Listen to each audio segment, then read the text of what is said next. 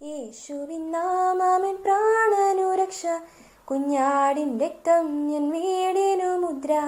യേശുവിൻ നാമമെൻ പ്രാണനുരക്ഷ, കുഞ്ഞാടിൻ രക്തം എൻ വീടിനു മുദ്ര. മറഞ്ഞു വരും മഹാമാരികളെ ഭയപ്പെടില്ല, നാം ഭയപ്പെടില്ല. മറഞ്ഞു വരും മഹാമാരികളെ ഭയപ്പെടില്ല, നാം ഭയപ്പെടില്ല. യേശുവിൻ നാമം എൻ പ്രാണനുരക്ഷ, കുഞ്ഞാടിൻ രക്തം എൻ വീടിനു മുദ്ര. യേശുവിൻ നാമം എൻ പ്രാണനുരക്ഷ, കുഞ്ഞാടിൻ രക്തം എൻ വീടിനു മുദ്ര. ദൈവവചന ചിന്തകൾ കേൾക്കുന്ന എല്ലാ മാന്യ ശ്രോതാക്കൾക്കും ക്രിസ്തീയ വന്ദനം. ഇയ്യോബിന്റെ പുസ്തകം 19-ാം അധ്യായം 25-ാമത് വാക്യം, എന്നെ വീണ്ടെടുക്കുന്നവൻ ജീവിച്ചിരിക്കുന്നു എന്നും അവൻ ഒടുവിൽ പൊടിമേൽ നിൽക്കുമെന്നും ഞാൻ അറിയുന്നു എന്ന വാക്കുകളാണ്.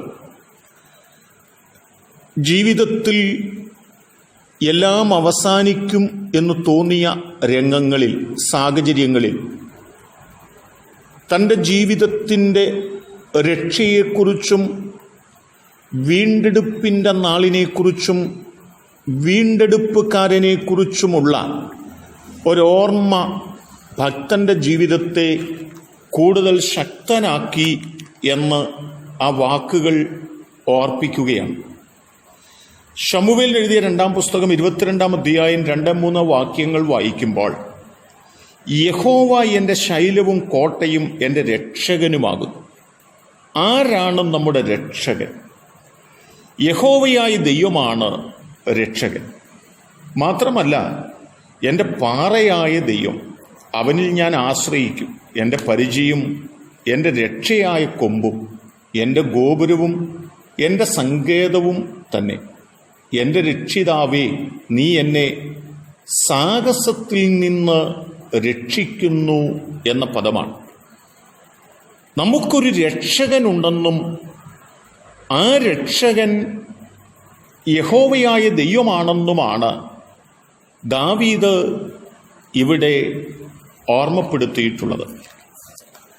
രൂത്തിന്റെ പുസ്തകം 4-ാം അധ്യായം 1 മുതൽ താഴേക്കുള്ള വാക്യങ്ങളിലേക്ക് നാം ഒന്ന് കടന്നു വന്നാൽ, രൂത്തിനോട് ചോദിക്കുകയാണ്, മോവാബിൽ നിന്ന് മോവാബ്യ സ്ത്രീ ആയിരിക്കുന്ന നീ ഈ ബേത്ലഹേമിലേക്ക് വന്നത് ആര് നിന്നെ രക്ഷിക്കുമെന്നോർത്താണ്? നിന്റെ അമ്മാവി അമ്മയ്ക്ക് ഇത്രയും വാർദ്ധക്യവും ക്ഷീണവും എത്തി നിൽക്കുന്ന കാലത്ത് നീ ഏത് രക്ഷ പ്രാപിച്ചെടുക്കാൻ കഴിയുമെന്ന് ചിന്തിച്ചുകൊണ്ടാണ് ഈ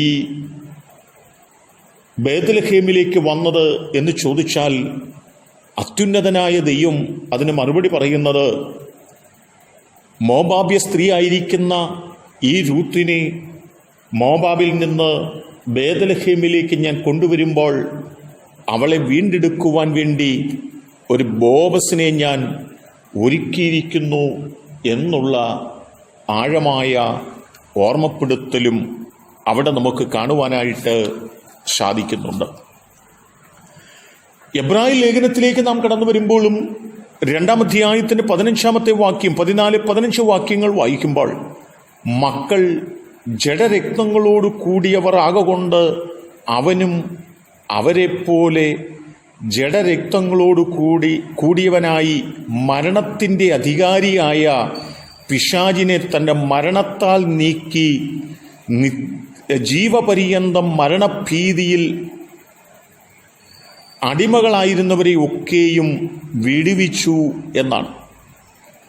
മരണത്തിൻ്റെ തണുത്ത കരങ്ങളും അതിൻ്റെ അധികാരത്തിൽ നിന്നും നിത്യജീവനിലേക്ക് നമ്മെ വീണ്ടെടുക്കുന്ന ഒരു വീണ്ടെടുപ്പുകാരനെ കുറിച്ചാണ് എബ്രായ ലേഖനകർത്താവ് ഓർമ്മപ്പെടുത്തിയിട്ടുമുള്ളത്. എന്നെ കേൾക്കുന്ന പ്രിയപ്പെട്ടവരെ, ഭക്തനായ ഇയ്യോബ് ഓർമ്മപ്പെടുത്തി ചോദിക്കുകയാണ്, അല്ല, വിശ്വാസത്തോടുകൂടി പറയുകയാണ്, എന്നെ വീണ്ടെടുക്കുന്നവൻ ജീവിച്ചിരിപ്പുണ്ട് എന്ന്. ദാവീദ് പറയുകയാണ്, അത് യഹോവയായ ദൈവമാണ് എൻ്റെ വീണ്ടെടുപ്പുകാരൻ. രൂത്ത് പറയുകയാണ്, ബോവസ് എന്നെ വീണ്ടെടുപ്പാൻ വേണ്ടി തയ്യാറാണ്. എന്നാൽ വീണ്ടെടുക്കപ്പെട്ട ദൈവമക്കൾക്ക് ദൈവത്തിൻ്റെ വചനത്തിൽ പറയുന്നത്, ആ മരണത്തിൻ്റെ തണുത്ത കരങ്ങളിൽ നിന്ന് നിത്യമരണത്തിൻ്റെ തണുത്ത കരത്തിൽ നിന്ന് നിത്യജീവനിലേക്ക് നമ്മെ കൊണ്ടുവരുന്ന അത്യുന്നതനായ ദൈവമാണ് നമ്മുടെ വീണ്ടെടുപ്പുകാരൻ. കർത്താവായ യേശു ക്രിസ്തുവാണ് നമ്മുടെ വീണ്ടെടുപ്പുകാരൻ എന്ന പദമാണ്. ആ വിശ്വാസത്തിൽ നമുക്ക് മുന്നേറാം.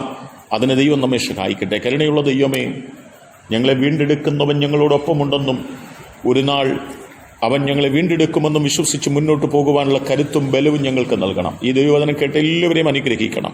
യേശു കർത്താവിൻ നാമത്തിൽ തന്നെ ആമേൻ.